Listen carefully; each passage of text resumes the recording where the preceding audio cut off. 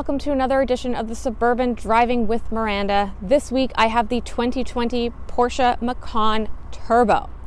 Now for those who think you can't put a sports utility vehicle with a sports performance car, Porsche's here to prove you wrong. Let's find out why. There's something to be said for the lines of a Porsche, and no matter which model I look at over the years, whether it's a 911, a Boxster, a Cayenne, a Panamera, a Macan, they're just alluring. There's this fluidity to them, and it's very almost sexual and just really, really nice to look at. And the Macan is no different. Now, yes, it's an SUV or a sport ute, a crossover, what have you, but it follows that same Porsche line. It's got the front end that we all love and know. I love the big side intakes. You know, this is a thirsty engine that needs air.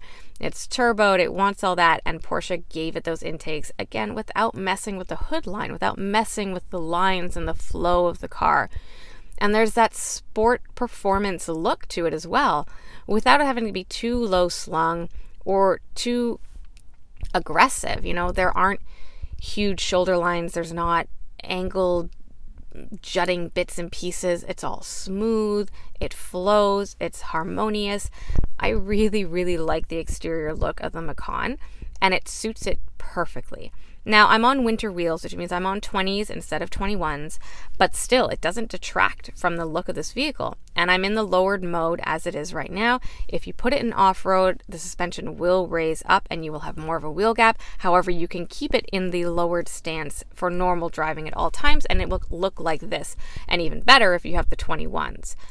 Now, I'm not a huge fan of silver usually on a vehicle. However, in this case, the silver exterior with the deep espresso chocolate leather brown interior, that just melts my heart. Like, this combination is fantastic. Nose to tail, Porsche nailed it. The Macan is a great looking little sport utility vehicle.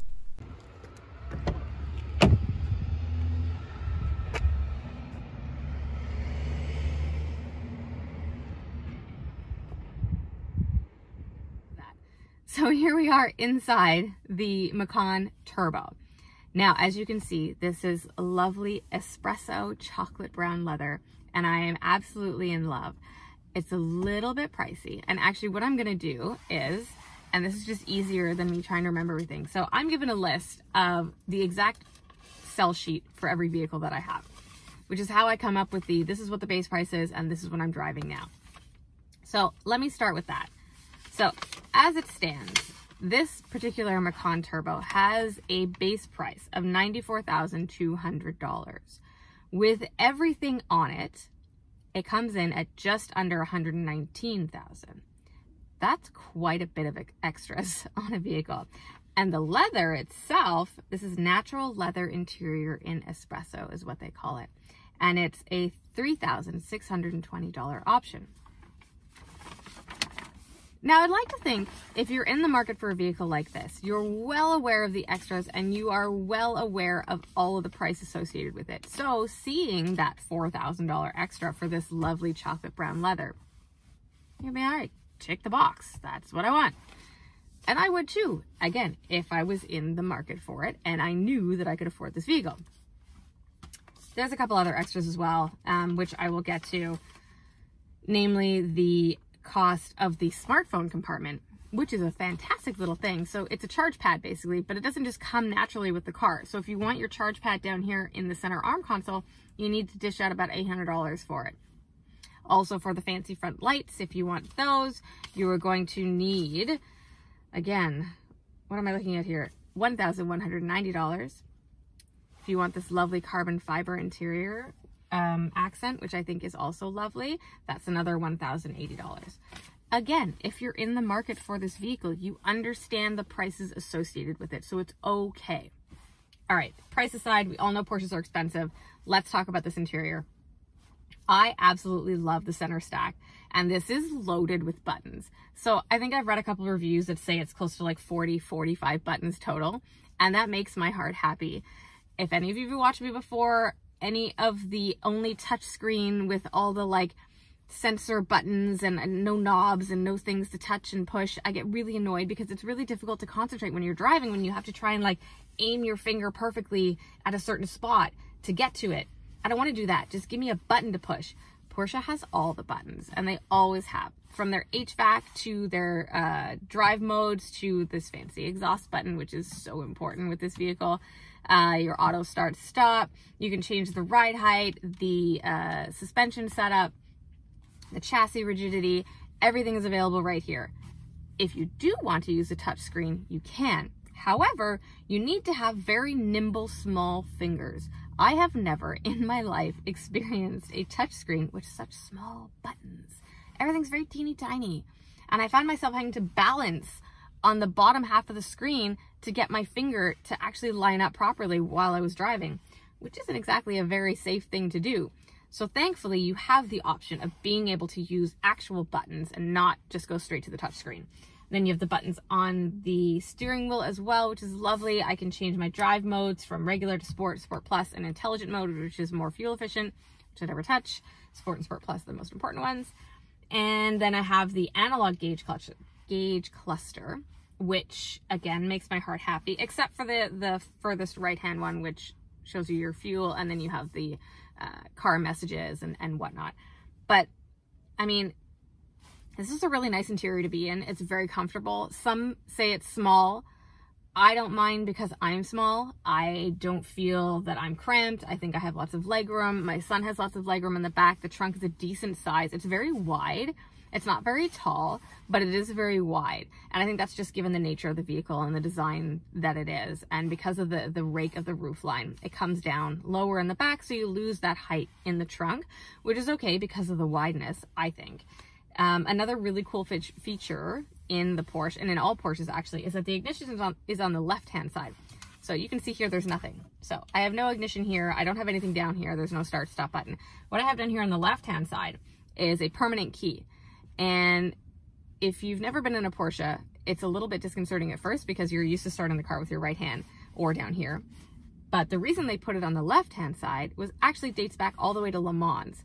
So they realized that if they put the ignition on the left-hand side, it gave their drivers an advantage, because it used to be that the drivers started outside the cars.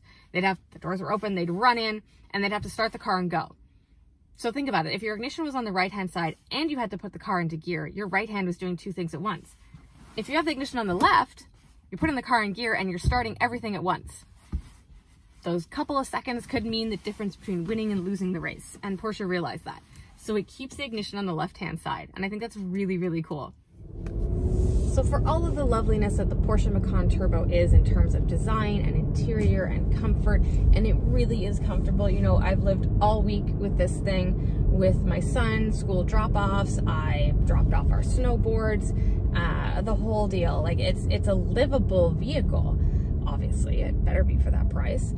But what you really want to know about in this car is, and I know, is the drive, because Porsche claims that the Macan is as much a sport car as the 911, that it should be just as enjoyable to drive and it should feel just as sporty as the 911. It's shocking to know that this newest generation of the Macan Turbo actually has a smaller engine than the outgoing version, and yet it has more power. So the previous generation had a 3.6 liter V6 and it only produced 400 horsepower. This one has a 2.9 liter V6 and it produces 434 horsepower. Now really, as a normal human being sitting here in the driver's seat or as a passenger, are you gonna feel the difference in 34 horsepower, especially since the torque stays the same at 406? I don't really know, but I do know that either way, whether you're driving the 3.6 or the 2.9, you're going to feel the performance of this vehicle. And truthfully, they downsized the engine for fuel efficiency, for more power, lower down in the torque range so that you would feel it right away, and they minimize that dreaded turbo lag if they give it a lower compression ratio. It really helps up the performance numbers and make this vehicle quicker earlier on, which is kind of what you want, right? You want your turbo to feel that way, and you want it to be performance-y. This little sport utility crossover SUV, whatever you want to call it, non-car, drives so well and so precisely And I've tracked Cayennes before, and 911s, and Boxsters, winter and dry, and really felt the prestige that Porsche has on a track versus on a regular everyday road. Because let's face it, we can't drive them like they're supposed to be driven every day, unless you'd like to lose your license or be arrested and never be able to drive again. So unless you track these vehicles, you don't actually feel what they can do.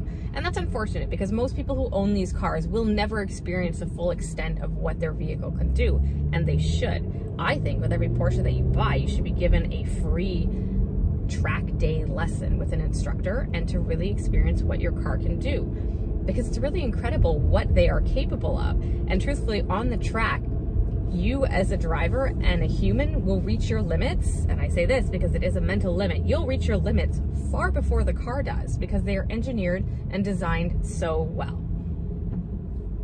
Enough about that. Not everybody gets track time. Okay, so I have an 7-speed PDK, so it's a dual clutch transmission. I have spoken about this transmission for years since it came out. So it's a dual clutch system, which means, let's say you're in second gear, third gear is engaged, and so is first gear. They're both waiting for you. So you've got each one kind of sitting on either end, no matter what you're going to do. And the vehicle kind of learns and reads your driving habits.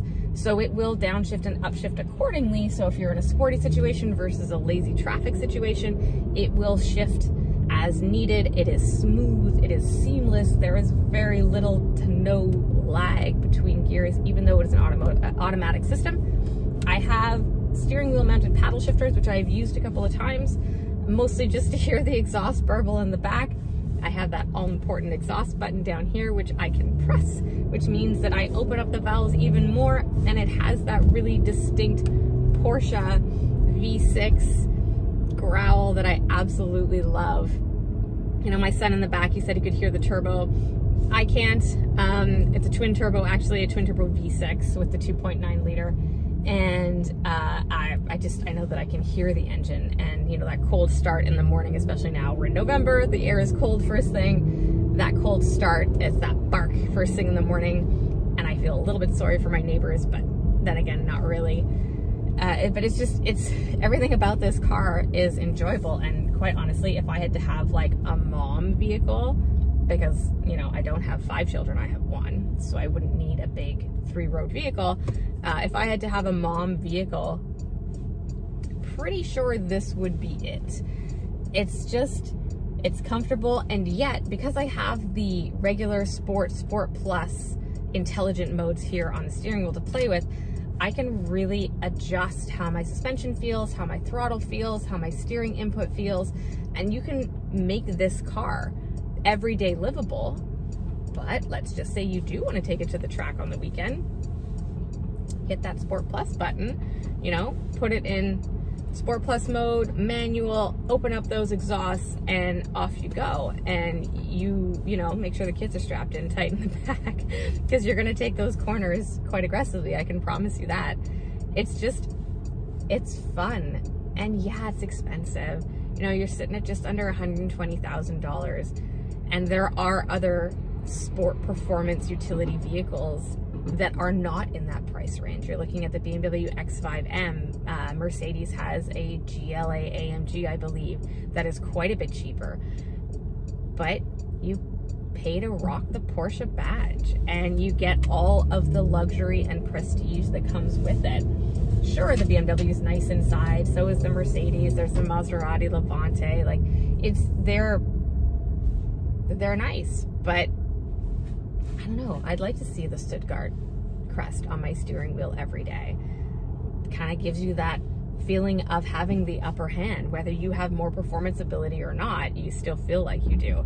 And you know, when you pay that top dollar for it, you want to feel that. So if you ever wanted to take your sport utility vehicle with kids in the back to the drag strip, you can in your Porsche Macan Turbo, because Porsche claims that the turbo will do 0 to 100 in 4.3 seconds. Now, I don't know about you, but I don't really ever have to get my groceries that quickly. But if you ever need to, Macan Turbo is a sport utility for you. All right, guys, well, that's been it for me and this week in the 2020 Porsche Macan Turbo. Thanks so much for checking me out. As always, you can hit me up at Miss Miranda L on Instagram or Twitter, or Miranda Lightstone on Facebook.com, or drop a comment below on the Suburban On Air. And I hope to see you guys back next week. Thanks so much for watching. Bye.